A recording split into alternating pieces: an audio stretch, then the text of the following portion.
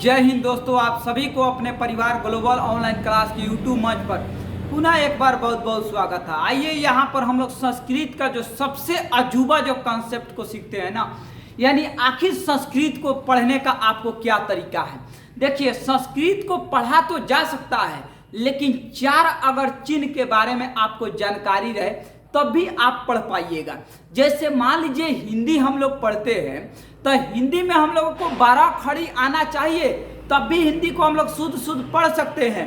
वैसा ही क्या है कि संस्कृत में चार एक ऐसा आपको चिन्ह मिलता है ना, जो हमेशा विद्यार्थियों के लिए एक परेशानी का घड़ी आपको खड़ा कर देता है, हमेशा आपको परेशान करता है। अगर उस चार चिन्ह के बारे में आप आसानी से जान लीजिएगा ना, तो संस्कृत को पढ़ना आपके लिए बेहद आपको आसान हो जाएगा।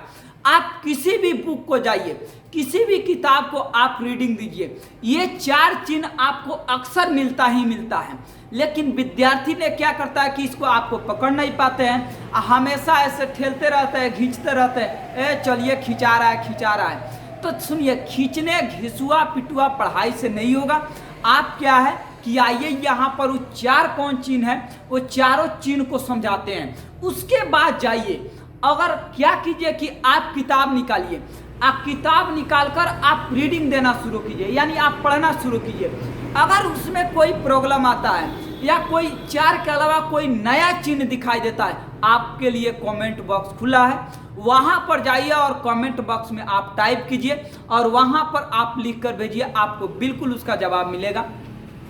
तो आइए, चार आपको कौन सा इसमें चिन्ह होता है जो एकदम परेशान करके रखता है, वो चार चिन्ह को यहाँ पर हम लोग समझते हैं। सबसे पहले यहाँ पर हम लोग संस्कृत को आपको चिन्ह को समझते हैं। देखिए, चार चिन्ह है ना। एक चिन्ह होता है जो विसर्ग, इसका सिंबल आपको 00 यानी अनुस्वार के आपको दो बार ऐसा रहता है, यानी विसर्ग आप समझ में करते हैं। जैसे अ के बाद क्या होता है तो इसके बाद ये दो बार आपका जो सिंबल होता है ना, यही सिंबल को आपको रख दिया गया है। तो विसर्ग का सिंबल मेरे दोस्त ये है, और अनुस्वार का क्या है, तो अनुस्वार का सिंबल ये है। जैसे मान लीजिए हम विसर्ग और अनुस्वार में आपको अंतर बता रहे हैं। जैसे ए है तो इसको अनुस्वार बोला जाएगा, इसको क्या बोला जाएगा, विसर्ग बोला जाएगा। तो ये क्या है, विसर्ग है, ये क्या है, आपको अनुस्वार है। और एक भाई देखिएगा, एस जैसा मिलर रहता है, ये क्या करता है कि मान लीजिए कौन वैसा वर्ड रहेगा, पीछे में ही घुसियाल रहता है, एस के जैसा घुसियाल रहता है। एक नाम है खंडाकार। एक नाम क्या है, तो एक नाम है आपको खंडाकार। उसके बाद एक चौथा नंबर में जो होता है ना, इसे कहते हैं हलंत। हलंत के मतलब जैसे क को ऐसे काट देते हैं, इसी को क्या बोला जाता है, इसी को आपको हलंत बोला जाता है। तो चार चिन्ह आप अभी समझे कि ये विसर्ग है, ये आपको अनुस्वार है, ये आपको खंडाकार है, और ये क्या है, आपको हलंत है। चारों आप चिन्ह का नाम भी जान गए, चारों चिन्ह को भी आप पहचान गए। अब चिन्ह का अर्थ को समझिए कि इस चिन्ह का अर्थ क्या होता है। देखिए, अगर विसर्ग है तो उसका सेंस निकलता है आपको ह, अगर अनुस्वार है तो उसका सेंस निकलता है कभी म तो कभी आपको न, अगर खंडाकार है तो इसका सेंस निकलता है जोरदार। हम आगे समझा रहे हैं कि जोरदार आपको क्या होता है। अगर हलंत है तो हलंत में क्या है कि इसका जो सेंस निकलता है, ये आपको किसी भी आप व्यंजन को लिखिए और उसमें आप ध के काट दीजिए, वही है हलंत। तो कहिएगा हाय दादा, हलंत तो लिखे हैं, तो है क के बाद है ई का लिखे हैं। तो सुनिए बाबू, अगर क, अगर बोल लीजिए च, अगर बोलिए छ, क बोलिए, च बोलिए, छ बोलिए, सब में क्या आ रहा है, सब में आ रहा है आपको अ। जैसे च, तो च में आपको अ आ रहा है कि नहीं आ रहा, अ आ रहा है, ओ आ रहा है।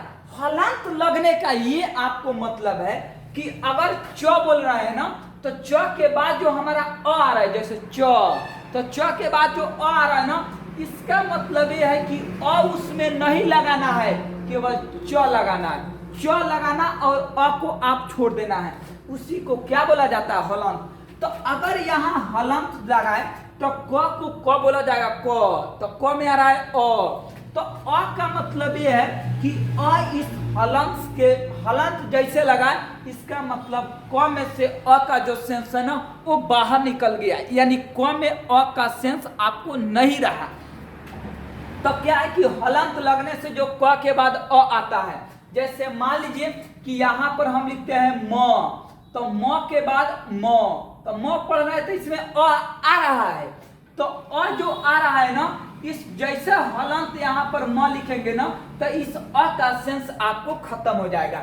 यानी सीधा सा आपको मीनिंग ये समझना है कि हलंत जैसे लिखते हैं तो क के बाद जो आ रहा है ना, वो खत्म हो जाता है, केवल आपको क बच जाता है, यानी इसे आधा क भी लोग कहता है। आइए अब समझते हैं यहाँ पर जैसे संस्कृत आई दूगो आपको अनुस्वार विसर्ग लगाया गया है, तो इसे क्या बोलेंगे? संस्कृत। अंतिम में क्या बोलना है? संस्कृत। तो के बाद आपको बोलना है, तो इसे पढ़ना है संस्कृत। उसके बाद आइए यहाँ अनुस्वार में कभी म तो कभी न, आप कहिएगा हाँ दीजिए, कभी म तो कभी न, कहाँ म कहाँ न, तो इधर आइए कहाँ म और कहाँ न। यहाँ पर क्या है, जैसे संस्कृत ही लीजिए, तो संस्कृत में तो के ऊपर क्या है? अनुस्वार, तो अनुस्वार है, तो यहाँ पर संस्कृत में अनुस्वार के बदले तो के बाद क्या लिखा जा रहा है? म, और आधा म को लिखा जाता है, तो संस्कृतम। तो यदि क्या रहे कि अनुस्वार आपको लास्ट में रहे, तब को आपको म लिखना है, और यही अनुस्वार यदि कहीं बीच में दिखाई दे तो आपको न का सेंस उच्चारण करना है।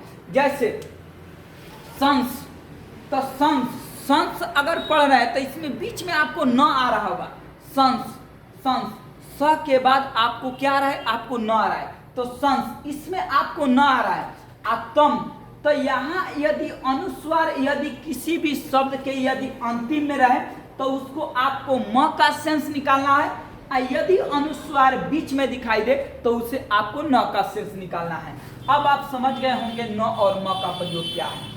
अच्छा, एस, यहाँ एस जैसे दिखा जा रहा है, इसे खंडाकार बोलते हैं। जोरदार का अर्थ क्या है? देखिए एस जहाँ लिखा है ना, इससे आपको अ के उच्चारण में आपको पढ़ना है। जैसे उ के बाद यहाँ वही लिखा गया है खंडाकार, तो उ, इसका मतलब क्या है ना कि यहाँ उ के बाद क्या है कि ये जो संख्या है उ, ये रिपीट कर देता है, आगे बार ये जोरदार तरीका से आगे बढ़ जाता है।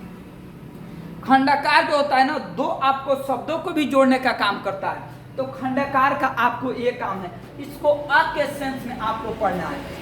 हलंत का मतलब क्या है कि कोई भी आप व्यंजन को लिखिए, जैसे मान लीजिए आप म को ही लिखिए, आकार दीजिए, तो म के बाद जो तो म के बाद जो अ आता है ना, यानी स्वर, उस अ सेंस आपको हलंत लगाने के बाद क्या हो जाता है? आपको गायब हो जाता है। ये जो कॉन्सेप्ट है ना, अगर मेरे दोस्त ये कॉन्सेप्ट अगर आप दिमाग में रखते हैं तो कोई भी आप किताब को पढ़िए, बिल्कुल आप आसानी से पढ़ सकते हैं। एकदम आपको संस्कृत पढ़ने का ये क्या है कि आपको एकदम आपको नया और एकदम आपको अजूबा कॉन्सेप्ट है।